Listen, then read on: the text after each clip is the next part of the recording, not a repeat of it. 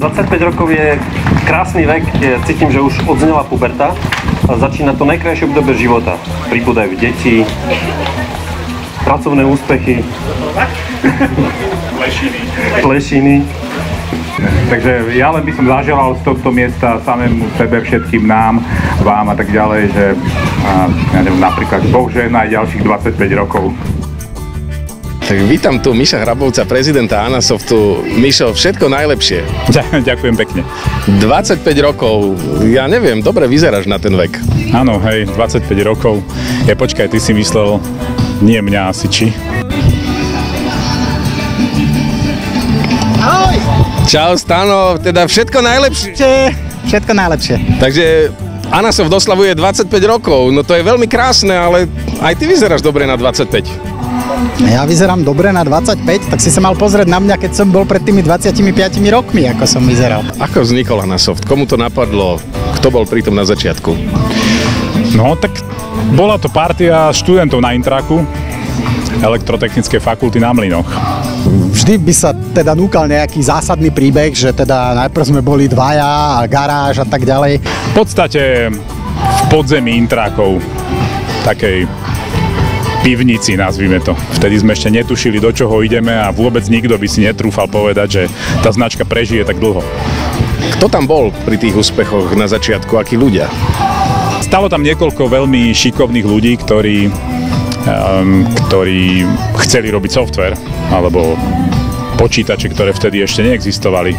Ja myslím, že sa vykryštalizovala skupina, ktorá nakoniec uverila tomu, že software je budúcnosť a ukazuje sa, že to bola správna viera. V podstate tá myšlienka začať podnikať a urobiť firmu vznikla viac menej spontánne aj trochu pod vplyvom udalostí, ktoré sa vtedy diali. Anasoft Literu ste založili s veľkým úspechom už veľa rokov. Stále rastie, získava si viac a viac ľudí a vlastne literatúru posúvate ďalším ľuďom. Tak je to tak, myslím, že to je 11 rokov dozadu a tá myšlienka bola podporiť literatúru práve preto, že literatúra vzbudzuje určitú obrazotvornosť, kreativitu a tak ďalej, všetko, čo do budúcnosti nevyhnutne potrebujeme všetci. Je to na rozdiel teda od pasívneho príjmania obrazu, ktorý nám už nedovolí veľa v tom mozgu kreovať, ako keby vytvárať si vlastné obrazy o tom. To literatúra má tento vzácny dar. Jednoducho sme sa rozhodli, že teda tú literatúru budeme podporovať stále. Ja si osobne myslím, že tá slovenská literatúra by potrebovala oveľa väčšiu podporu, ako jej dávame my zo súťažou Anasoft Literánov, ale jednoducho je ťažké nájsť taký koncept, aby ju mala. To znamená, že podporujeme jej stále a je to už 10 rokov, tuším 11 tento rok. Vy okrem toho, že sa venujete vyrábaniu softvéru a zjednodušovaniu života mnohým ľuďom, ktorí tento softvér používajú, alebo takisto aj literatúre, o ktorej sme pred chvíľou hovorili, sa venujete aj mladým alebo deťom, vychovávate si vlastných ďalších ľudí, ktorí to jednak budú softvér používať, ale možno aj vyrábať, vymýšľať. A to je First Lego League, ktorej sa venujete nielen na Slovensku, ale aj medzinárodne.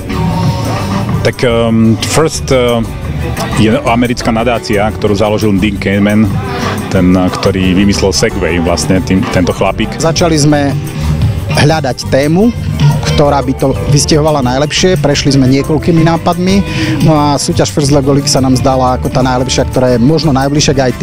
Samozrejme, kde nás zaujímajú, aby tí mladí ľudia sa venovali IT, aby v budúcnosti boli také firmy, ako sme my a bolo koho v tej firme mať. Ako partnera, ako zamestnanca. Takže sme začali podporovať teda First Lego League, ktorá si myslíme, že je veľmi dobrá súťaž. No, je to o tom, že decka podporujú nielen v robotike alebo v technických vedách, ale aj napríklad v prezentačných schopnostiach, v tímovej práci a vo veľa ďalších, ako to povedať, skills po slovensky, ktoré iná súťaž nepodporuje. Takže sa nám to veľmi páčilo a začali sme sa teda venovať First Lego League pred niekoľkými rokmi tak, že minulý rok už túto súťaž hralo myslím, že 78 škôl a tímov, čiže nejakých 700 detí, 600-700 detí a stále to rastie. Je to skvelé. Decká sa do toho hrnú, akože počet účastníkov First Lego League na Slovensku stúpa, majú aj veľké úspechy, nielen na Slovensku, ale aj v zahraničí. Teraz v Spojených štátoch naposledy obsadili v jednej z disciplín, myslím, prvé miesto. Myslím, že to bol Robot Game dokonca. Áno, je to aj pre mňa obrovské prekvapenie, že pomerne za krátky čas First Lego League funguje už skoro nejakých radovo 12-13 rokov, my sme do nej zapojení možno 6.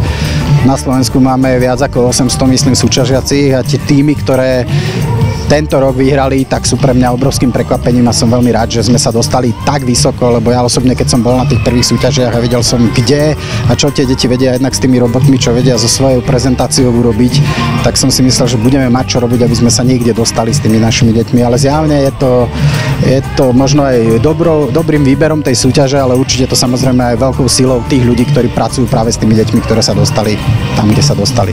No a teda venujete sa mnohým veciam, jednak akože dobrovoľne, alebo na princípe nadácií.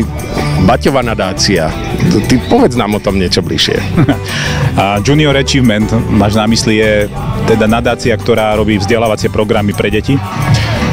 A raz ročne prezidenti študentských spoločností, to je taký špeciálny formát, ktorý Junior Achievement podporuje pre vzdelávanie detí v oblasti zakladania firiem, financií, riadenia firiem a tak ďalej, tak raz ročne prídu do Anasoftu a majú celodenný program, prevedieme ich tou firmou a ukážeme im v realite, ako taká firma funguje. Majú stretnutie so šéfom každého dôležitého oddelenia, ktorý im vysvetlí, ako fungujú od ľudských zdrojov cez vývoj softvéru, cez marketing a tak ďalej. Proste. Anasoft má teda 25 rokov, je to progresívna firma, ktorá rastie. Aké produkty jej dopomohli k tomu, aby teda takto napredovala? Tak vo všeobecnosti Anasoft sa snaží v prvom rade o vlastné produkty, to znamená, my sa orientujeme hlavne teda na softverové spracovanie dát, alebo neviem, ako zložito by som to ešte vysvetľoval, ale v zásade my máme jeden veľmi historický produkt, ktorý je dobrý a som na ňo veľmi hrdý, to je teda Domus, ktorý zabezpečuje správu bytov a bytového fondu na Slovensku, veľmi rozšírený v poslednej dobe aj v Čechách. Tak ja pevne verím, ako aj všetci, že všetky produkty, ktoré máme, majú veľký zmysel, samozrejme. Špeciálne sme teda hrdí na niekoľko z nich v oblasti priemyslu EMANS, ktorý riadi výrobu mnohých súdodávateľov automobilov, lietadiel, elektroniky a tak ďalej. A máme takisto systémy, ktoré nahradzajú použitie papiera, čo je teda jednak progresívne, jednak ekologické riešenie, tým, že podpisujú veci vlastnoručným podpisom na tabletoch. Tieto riešenia sa už tiež používajú od teda Turecka až po Brazíliu. IT firma roka je ocenenie, ktoré si samozrejme veľmi vážime a ktoré nás utvrdilo v tom, že máme tu svoje pevné miesto.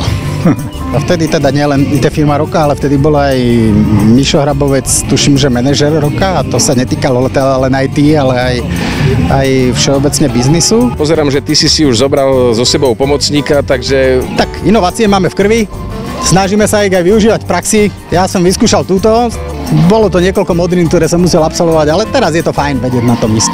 Takže všetko najlepšie. Všetko najlepšie. Happy birthday to you. Happy birthday to you. Happy birthday, happy birthday. Happy birthday to you.